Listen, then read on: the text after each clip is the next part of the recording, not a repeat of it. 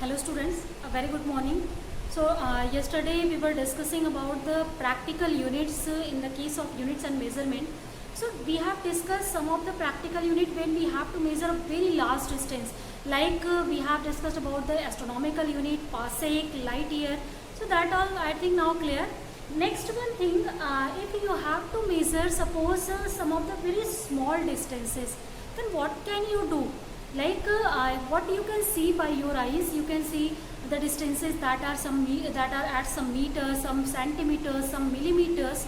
But when the scale goes down, like if we have the distance of the order of 10 power minus 6, 10 power minus 9, then what can we do? So these kind of scales are known as micro scales to measure the distances or length. So here in the case of practical, it is the micro, like 1 micrometer we are using to represent 10 power minus 6 meter. You know that already. 1 mm we are using to represent 10 power minus 3 meter. Similarly, 1 nanometer we are using to represent 10 power minus 9 meter. 1 picometer we are using to represent 10 power minus 12 meter and so on. So in this way you can see now, like again 1 angstrom we are using to measure 10 power minus 10 meter. So this unit we are using whenever we are working with wavelengths of light or waves. Here other units, nanometer also we are using for the wavelengths. Also we have a lot of microorganisms, a lot of sensors and actuators devices that are working on this scale, that we are calling, even technology name is nanotechnology, that is based on this nanometer scale. So directly their nanometer symbol we are using for this small scale quantity. Like we have a system mechatronics, that's on that one where our robotic systems are working. So in that scale we need always 10 power minus 6 meters here, and in that 10 power minus 6 meter, 1 micrometer we are writing there. 1 micron also we are saying 1 micron is equal to 10 power minus 6 meter. So these are the special units that we are using in the practical purpose. Again along with this one, we are also units in foot pound systems, a number of units, like we are using inches, foots, we are using miles, we are using. So let's see what is the value of these one. So 1 inch, if you will see 1 inch, this is equal to 0.0254 meter. So this is the value of 1 inch. 1 inch is equal to this meter. So this is also very small quantity. So inches we are using whenever we are measuring some of the cloths and other things in daily life. We are using this one unit. Next one, foot. If you are using 1 foot, so 1 foot is equal to 0.3048 meter. So this value we are using whenever we have to measure heights, like foot and feet height we are using for ourselves. So there we are using foot, and there, and also we are using foot to measure the you can say fields also. Next one, we are using miles. So 1 mile is equal to, this distance is equal to 1.609 into 10 to the power 3 meter. You can say in another word, this is 1.609 kilometer. So this is mile is used whenever we have to measure some distances greater than kilometer. Then that time mile we are using a lot to, actually miles we are using to just represent the distances, like this place is 1 mile, 2 mile, 3 mile away from us. So in that way we are using this one. And similarly we are using 1 nautical mile. So 1 nautical mile, this we are using actually whenever sea depth we are working with that one. So for nautical mile we have the value 1.852 into 10 to the power 3 meter. So 1 nautical mile is equal to this value 1.852. So these are all the practical units of length. Up to now only the practical units of length we have discussed, students. Next one here, if you will again see, like if you have to work on the area. So for area still we are using a lot of you can say units, practical units, like for very small area actually if you are going to measure, then we are using acre, we are using hectare. So 1 acre is equal to 4047 meters square. So here you will write now 1 acre. This is equal to 4047 meters square. So this is representing a small area that is covered by some of the distances. Next one here, after acre we have a hectare. So 1 hectare is equal to 10 to the power 4 meters square. So these are the small units of area here. Next one, after this one, if you have to measure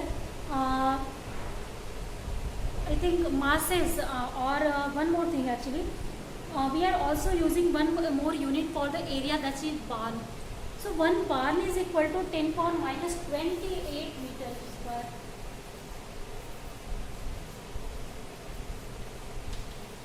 So you can say this is the smallest area that we are measuring. Actually this kind of area we are working whenever nuclear dimension, atomic dimension and their area we are going to measure. That time it is measured in the terms of pound here. So I think these all units of the length and area, that is now clear. The practical units that we are using in our daily life. Then I have just told you how can we convert these practical units in our standard unit, that is meter. Let's see now how if we have to measure suppose masses now. So what are the practical units that we are using besides kilogram in our daily life? So we are using first of all to just measure heavy masses. We are using ton, metric ton, quintal, slug. These all units we are using. So 1 ton or 1 metric ton.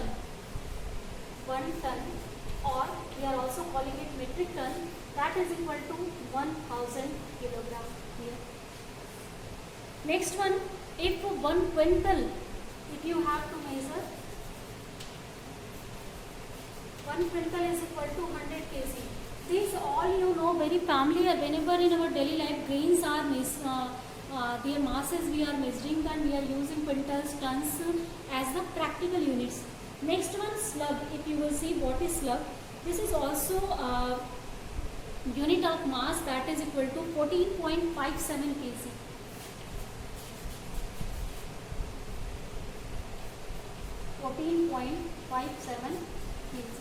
So this is the one slug. Now after this one, if you will see largest practical unit of mass.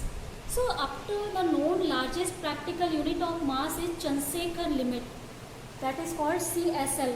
So 1 CSL is what? Chandrasekhar limit is what? This is 1.4 times mass of sun. So as you know, mass of sun is already very large, and this is 1.4 times mass of sun. This is called Chandrasekhar limit. So this one is used whenever we are measuring the masses of stars. So for with the work of with stars, we are using these kind of just measurements there. Next one, after this heavy masses measurement, let's see if we have to measure small masses, then what kind of practical units we are using. So simple, to measure very small masses we are using atomic mass unit, that is also called 1 AMU, or we are also calling it 1 U only. This is 1 U or 1 AMU, atomic mass unit. We are working with this unit mass at the atomic scale, and its value is equal to mass of proton or neutron. You can say this is 27 kg. So whenever we are working for such a small mass, means at atomic scale, then that time we are using AMU there.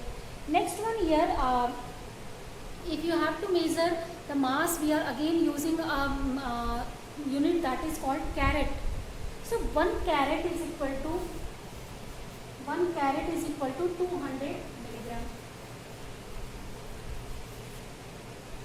Like this unit is very familiar to you, because we are using this unit a lot in while measuring gold. So 24 carat gold, 22 carat gold, we are saying that one. So there it means the carat is also actually a measurement of the percentage of gold that we are using in the as a mix-up. So that is the also unit of mass here. Next one, after this one, the units, practical units of masses, that is now completed. Students, let's see now some practical units of time.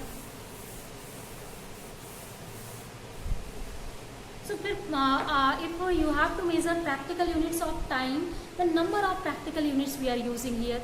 First one, we are using solar days. So solar days are what?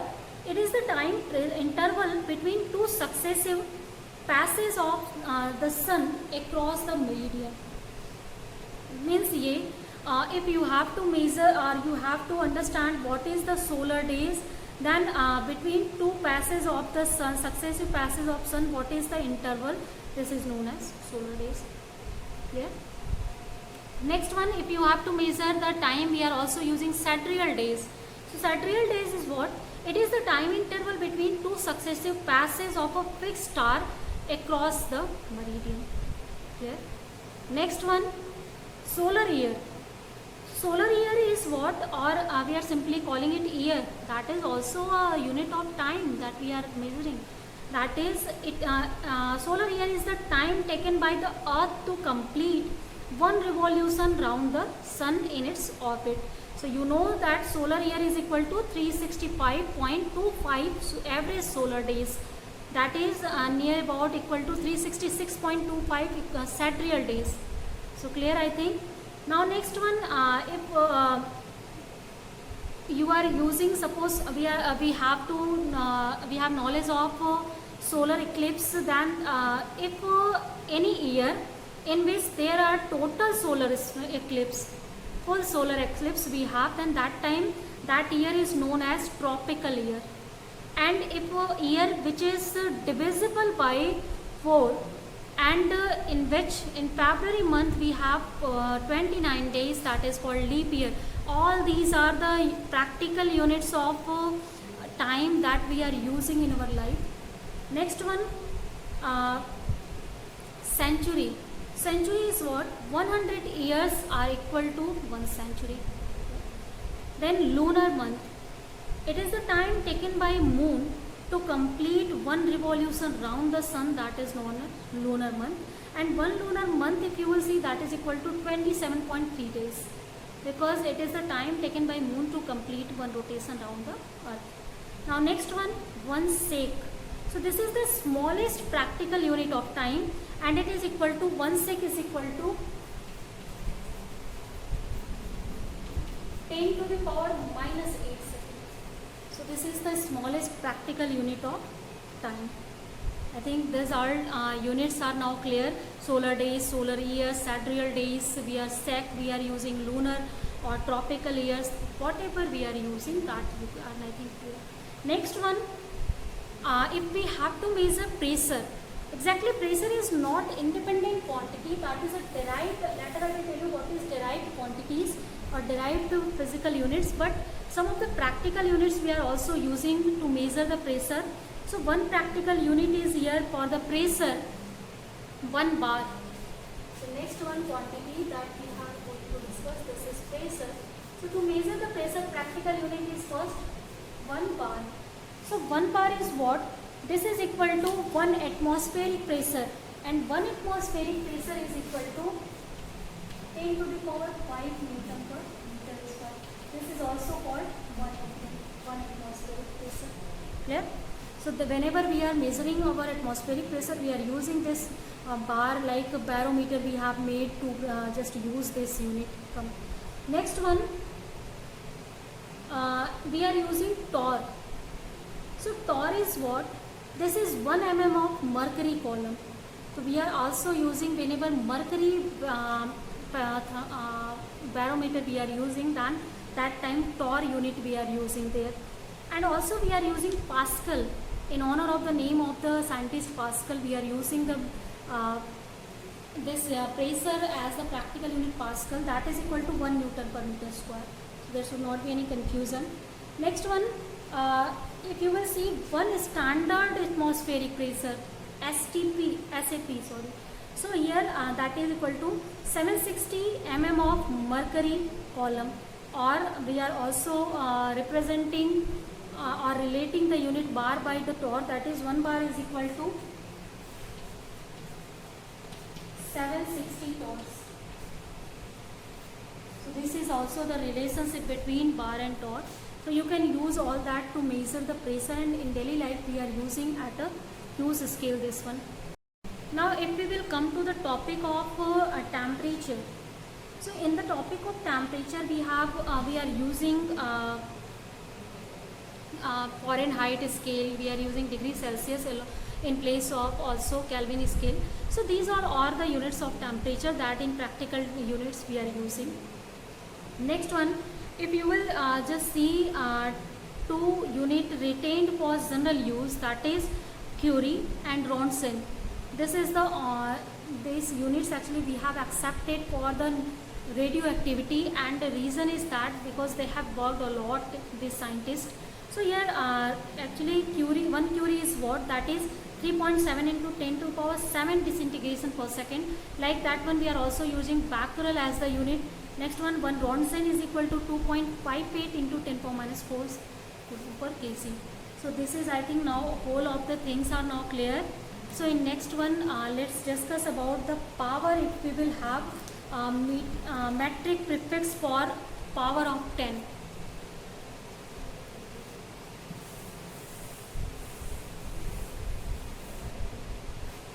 So what we are saying whenever we have power of 10.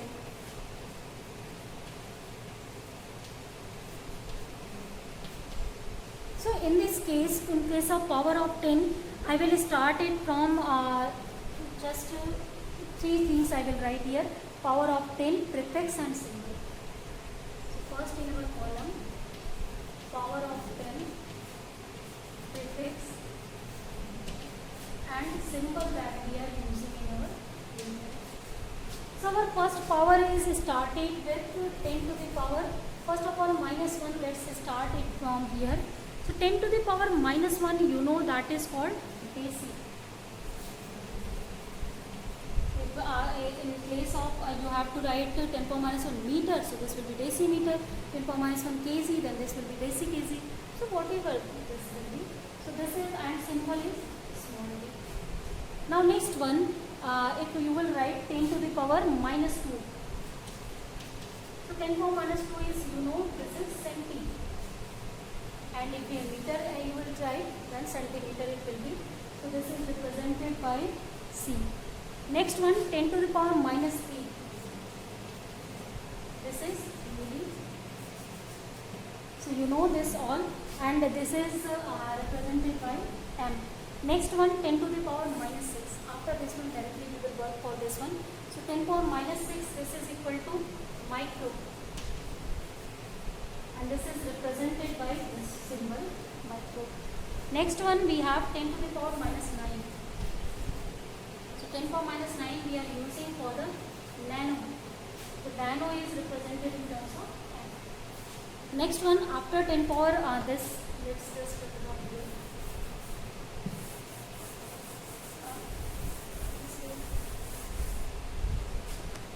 10 to the power minus 12, if we will have, this is prefix is called pico, and we are represented it by small p.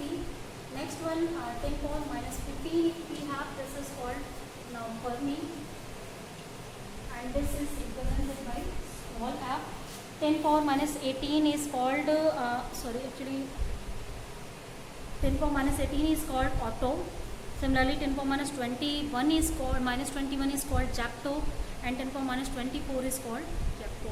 So these are all the you can see power of 10 that we are using a lot in our daily life to represent very small quantities, because we cannot use 0.0000 and so on. So we are converting it in the power of 10 there. So this is the name of the 10. Let's see now, if our power is not minus, it has started to increase in positive units, then what will be the prefix and what will be the name. So for that one case, if we will use, first again I will start it from 10 to the power 1. So 10 power 1 is called deca. Then this value is written in the terms of dA. The symbol we are using to represent deca is dA. Next one is, you will write 10 power 2. So this is known as hecta. Hecta exactly we are saying also. So this is represented by small m. Now if we have 10 power 3, so this is called kilo, and this is represented by K. Next one, 10 power, if we have 10 power 6, then 10 power 9, if I will write 10 power 12, up to now this I am writing. So this is 10 power 6 is called mega. 10 power 9 is called now beta. And 10 to the power 12 is called now beta. Or actually we are not beta, sorry. This is beta. So this is mega is represented by capital M, beta is represented by Z, beta is represented by T. So these are the symbol and suffix and naming we are using here to represent this all. Now let's see rather than these one what we are using still. So generally manually I will just speak it. 10 to the power 15 if you have, that is called beta. We are representing it by capital P. 10 power 18 is called exa. We are representing it by capital E. 10 power 21 is called jetta.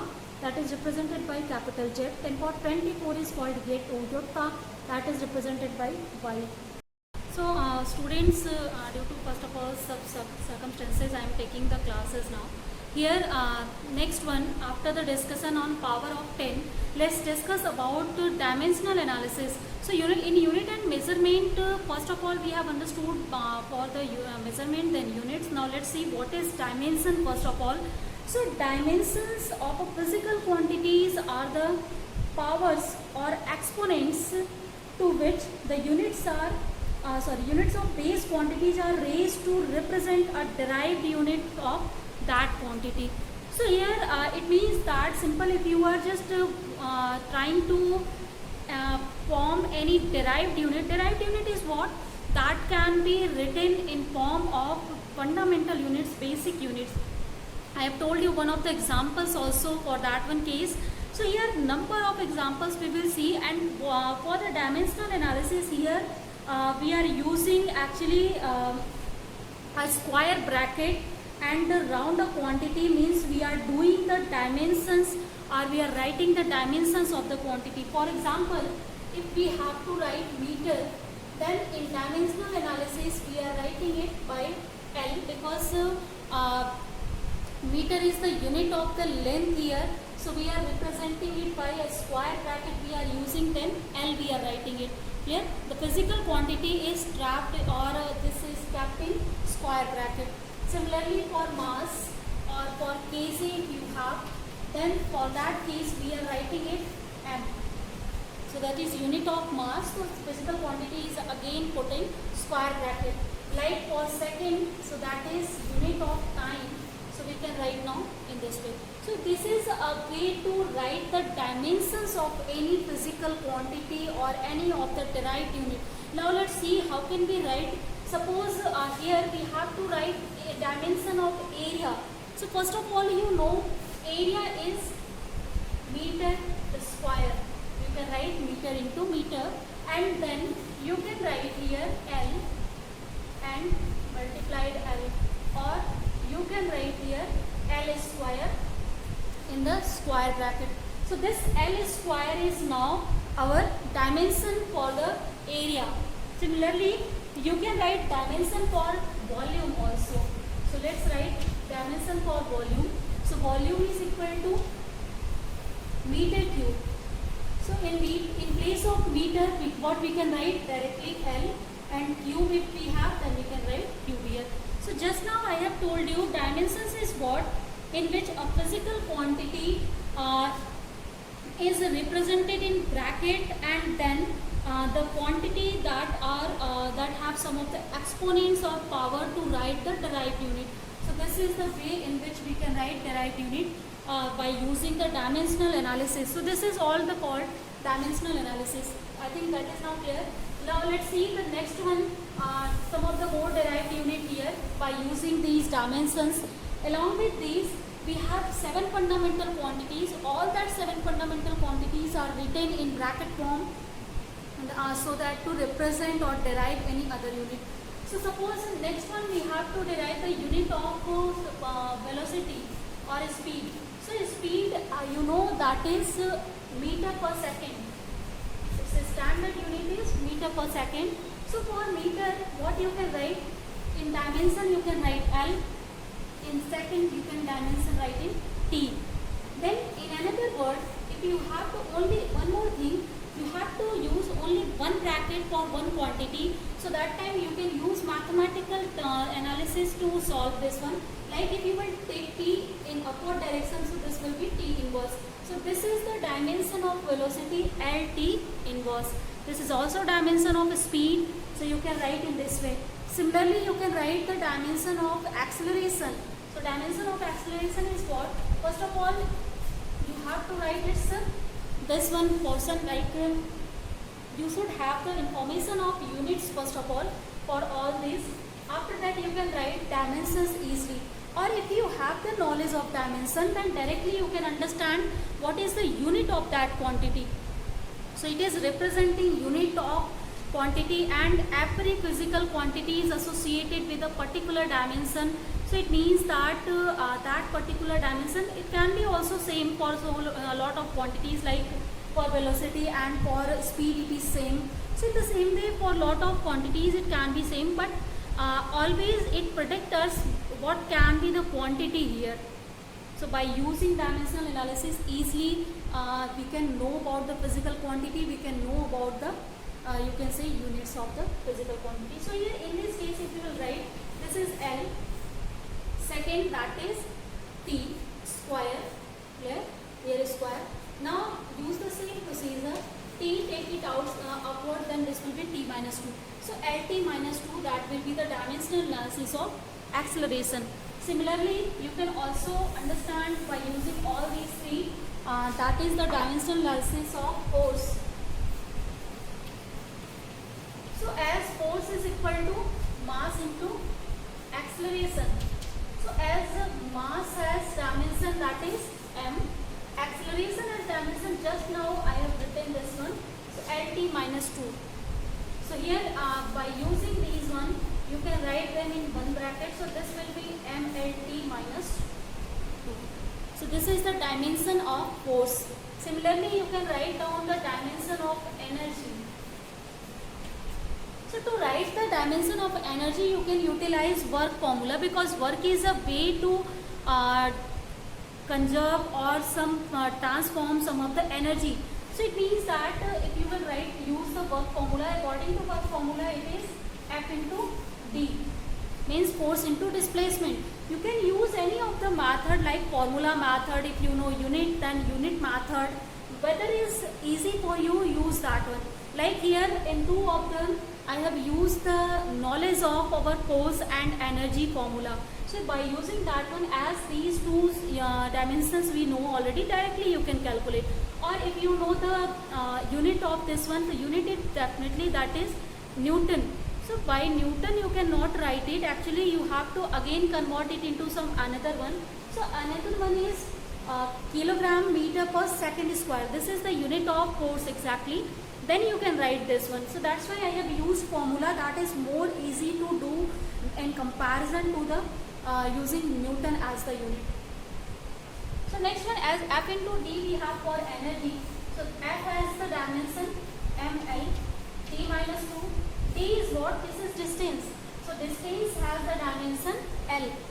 L is not only the dimension of length, distance, whatever we have, that has dimension L.